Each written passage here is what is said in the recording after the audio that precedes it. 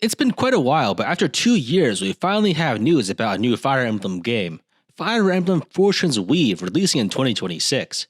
It seems that this is an entry set in the same universe as Three Houses, owing to many shared characteristics, such as crests, heroes' relics, and of course, the reappearance of Sothis from Three Houses. The setting of the game, however, seems to be set farther back in time compared to most Fire Emblem games, which tend to be based around medieval Europe. Fortune's Weave seems to be based more around ancient Rome, which we can see from the presence of chariots, something similar to gladiatorial combat, and equipment more reminiscent of the Punic Wars. I think it's pretty cool that they're trying new things and mixing up the setting, because I don't see this time period being explored very often. The initial story of this game seems to be based around a tournament called the Heroic Games, run by an elf-eared looking guy called the Divine Sovereign. I think anyone who is familiar with any Fire Emblem game knows that this guy is a dragon, and he is very reminiscent of the Nabateans from Fire Emblem Three Houses. The initial conflict of this story seems to be from this competition, drawing participants from all over the world because the winner will be granted a favor or wish from the Divine Sovereign himself. And it's here where we are introduced to 4 main characters.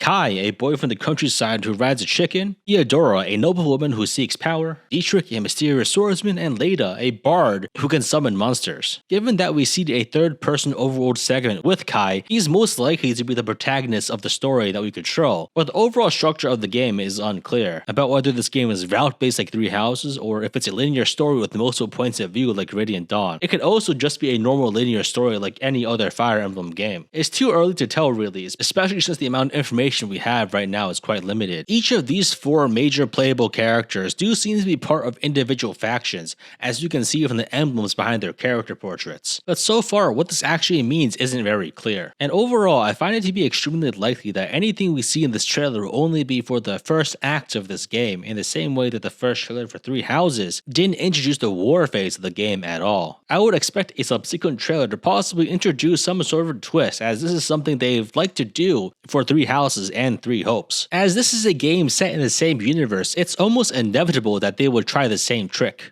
So with all that story out of the way, let's look into the gameplay. First, the game seems to be set in a more ancient period owing to the clear Greco-Roman influence, and accordingly the technology level seems to be a little lower. In the first gameplay segment we see Kai launching a critical hit with a bronze spear. Normally in previous games, bronze weapons can't crit, but here I think there's an even lower tier than bronze weapons, which are wooden weapons. So it's possible that the iron and steel equivalents in other games have been shifted down to bronze and iron respectively. Kai also has an abnormally large crit chance, as apparently the bronze lance has 50 crit, but it's pretty common for developers to add fake stats to show off critical animations in trailers, so I wouldn't think too hard about that. Most of these numbers are probably fake. As we can see from the combat menu, several mechanics from previous games return, such as combat arts and gambits. All the characters seem to have access to combat arts, though so far the only character we have seen that can use gambits is Theodora, indicating possibly that some factions or characters might have access to different mechanics, which is quite interesting. Further evidence to support this claim is that Theodora's character bio in the blog post specifically mentions that she can launch attacks with her army, which would only be notable if that was somehow a special feature and not one that can be used by everyone. Gambit mechanics seem to be pretty similar to those from Three Houses, so there's not really much to say there. One of the more interesting bits of this trailer is a new mechanic called Blaze Arts,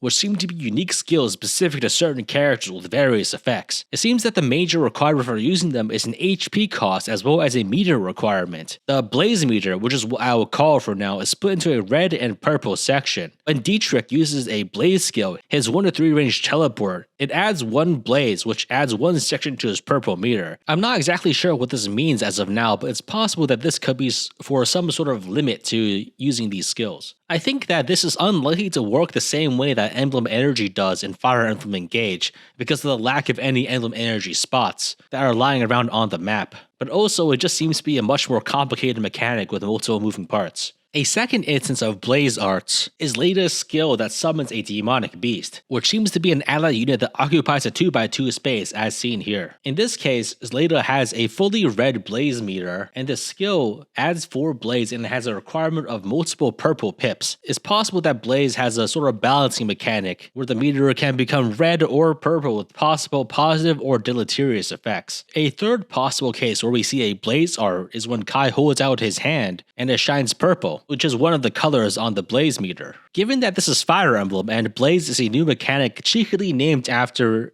fire it's very likely that this is going to be tied into the story. I find it somewhat unlikely for Fortune's Weave to repeat the same conflicts and story beats that Three Houses had about crests and relics, and it's more likely that new sources of inner and outer conflict will be because of these new blaze arts. Speaking of conflict, it seems that they are just straight up giving people guns now. The character to the right is holding a weapon very reminiscent of a modern firearm, though from the animation it seems to shoot a short burst of lightning, more similar to a taser. In another part of the trailer, we also see that same character using fist weapons, so it's possible that guns could be the 1-2 range option for fist weapons, or possibly arts. It's clearly not a replacement for bows or magic, because we also see those in other characters as well. The leveling system of the game overall seems to be more along the lines of Three Houses. Kai is around level 13 in what seems to be a very early map. Leda is level 20 in what also seems to be a relatively early map. Theodora is level 18, and Dietrich is level 37 while still being a Myrmidon, which is typically a low level class. So I think we're probably not seeing a leveling system that caps at level 20 before a promotion, like most previous games. It's more likely to be like Three Houses that just goes until level 99. But what we do see is that weapon rank seems to be making a return, as well as weapon durability. Weapons also seem to have Curse as a special mechanic, which seems to be prominent enough that they put it into the basic weapon stats. And I guess this probably mainly refers to possible downsides for using a weapon. Curiously, the same icon that is used for Curse is also used for the Blaze meter, which is associated with Blaze arts.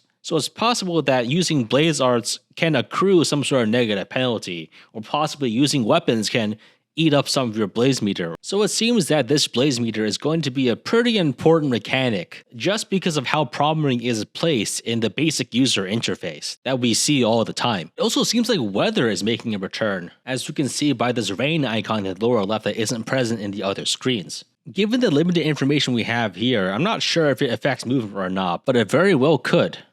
And that would suck, honestly. I don't think anyone really likes weather. And so yeah, that's Fire Emblem Fortune's Weave coming in 2026. Overall, I'm pretty excited for this game just from the trailer. Mostly because I see new Fire Emblem mechanics, and that's what I want in a new Fire Emblem game. I'm sure for many people that Three Houses' influence is going to be a major factor.